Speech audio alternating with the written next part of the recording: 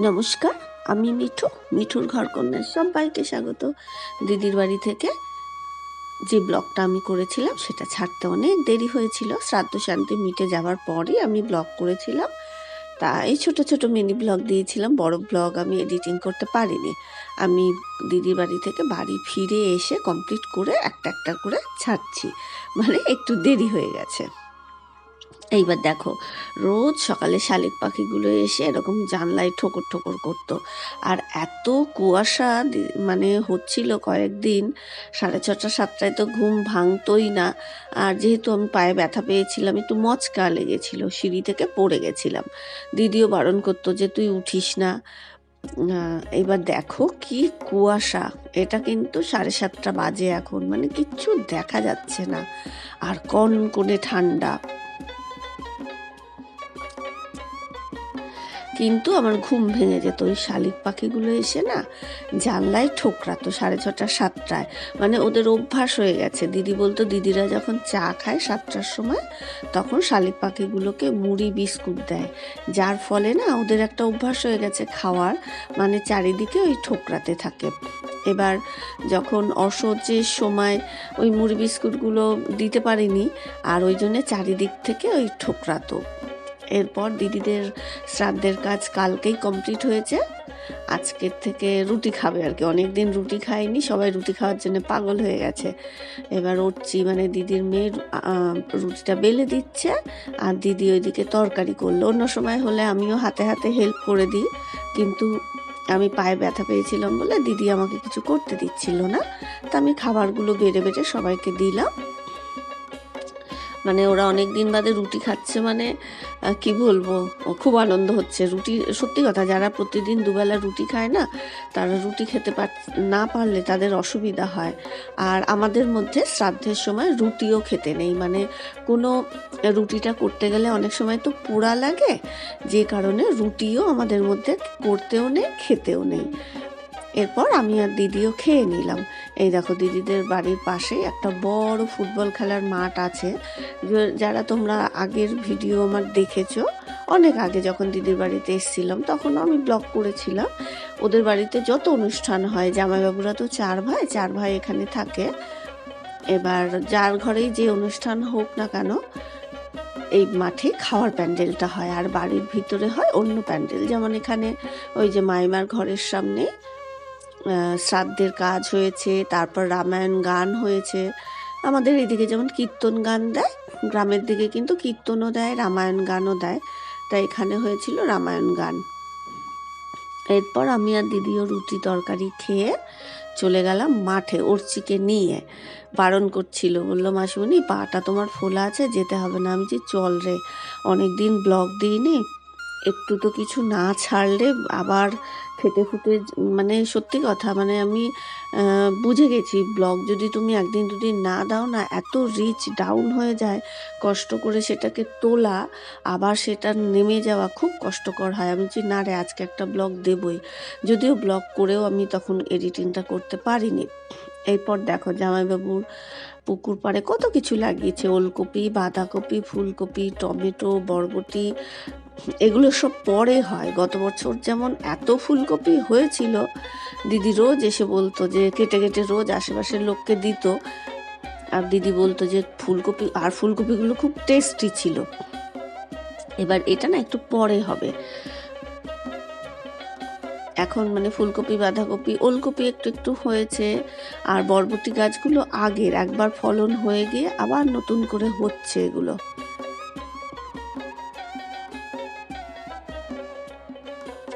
একবার কিন্তু ফলন হয়ে গেছে বরবটি, আবার নতুন করে ফুল টুল এসে আবার হচ্ছে। আর ওলকপিগুলো দেখো ছোট ছোট, যেহেতু একটু দেরি করে বসিয়েছে।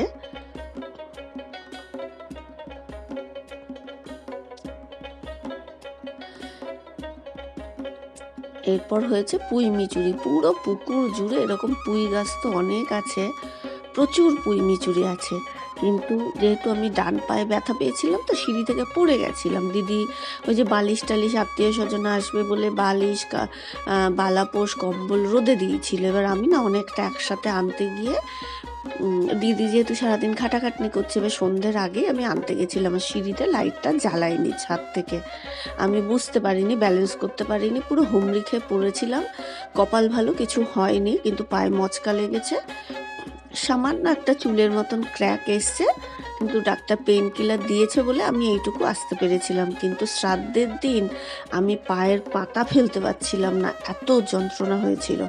তা ওষুধ দিয়ে, আর যেহেতু দিদি বারবার ওই বরফ দিয়ে, আমি মানে হাতের কাছে দিয়ে দিয়েছিল বরফ, গরম জল, হেরিকেনের গরম শেক, এগুলো দিয়ে দিয়ে আমি এখন মোটামুটি হাঁটতে পারছি, না হলে হাঁটতেই পারছিলাম না। তারপর দেখো পুকুর পাড়ে অনেক কচি কচি কলমি শাক হয়েছিল, আমার দেখে এত লোভ লাগছিল যে মনে হচ্ছিল আমি বসে বসে তুলে নিই। আর কলমি শাকও না আমার খুব প্রিয়।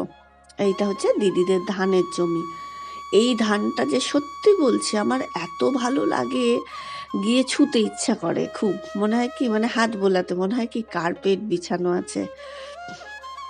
যেটা আমরা কিন্তু এখন এই ধরনের অনেক কি বলবো ছোট ছোট কার্পেট পাওয়া যায়, যেটা আর্টিফিশিয়াল, আর এটা তোমার ন্যাচারাল। একটু হাত বোলালে বুঝতে পারবে এত সুন্দর। আর দূরে দেখো সর্ষে ফুলে হলুদ হয়ে রয়েছে। তা আমার এমন পোড়া কপাল, এই পা নিয়ে ওইটুকুও যেতে পারলাম না। তবুও আমি বলছিলাম অর্চিকে, মানে দিদির মেয়েকে, যে চল না একটু যায়।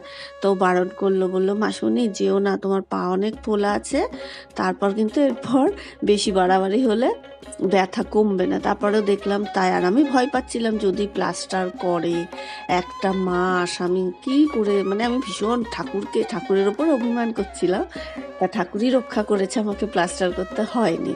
আর আমরা যখন গেছি না মাঠে, এই 9:30 পৌনে 10টা, ঘাসের ওপরে না শিশির ছিল, আমি জুম করেও তোমাদের দেখাতে পারলাম না। বিশ্বাস করো এত ভালো লাগছিল, যখন সূর্যের আলো পড়ছিল মনে হচ্ছিল কি হিরে চমকাচ্ছে।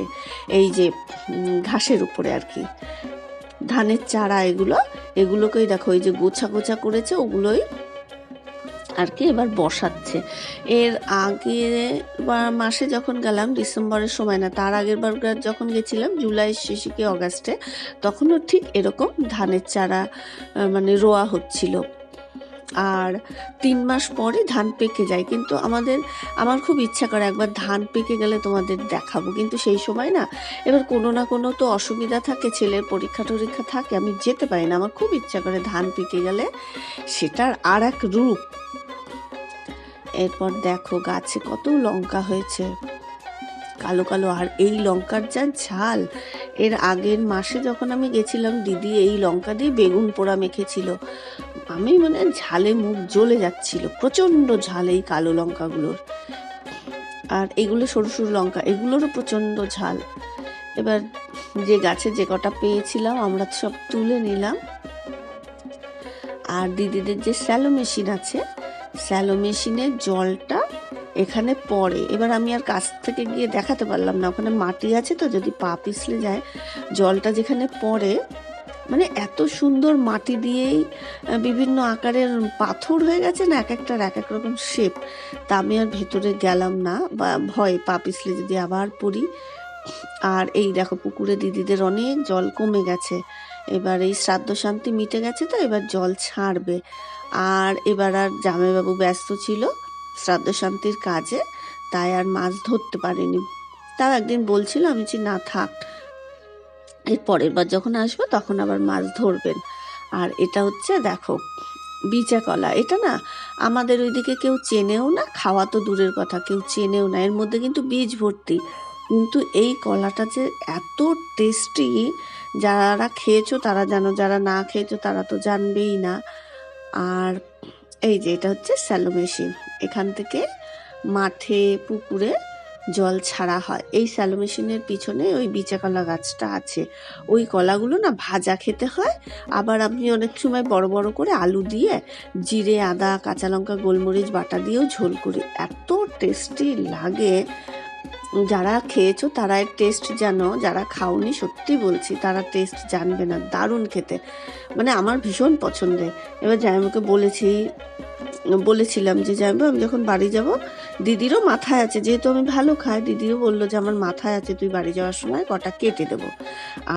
দিদিদের পুকুর পাড়ের পাশে একটা, আরও তো অনেকগুলো এখানে পরপর কয়েকটা 5-6টা ভেড়িও আছে এখানে, ভেড়ি পুকুর মিলিয়ে, মানে অন্যজনের, দিদিদের একটাই।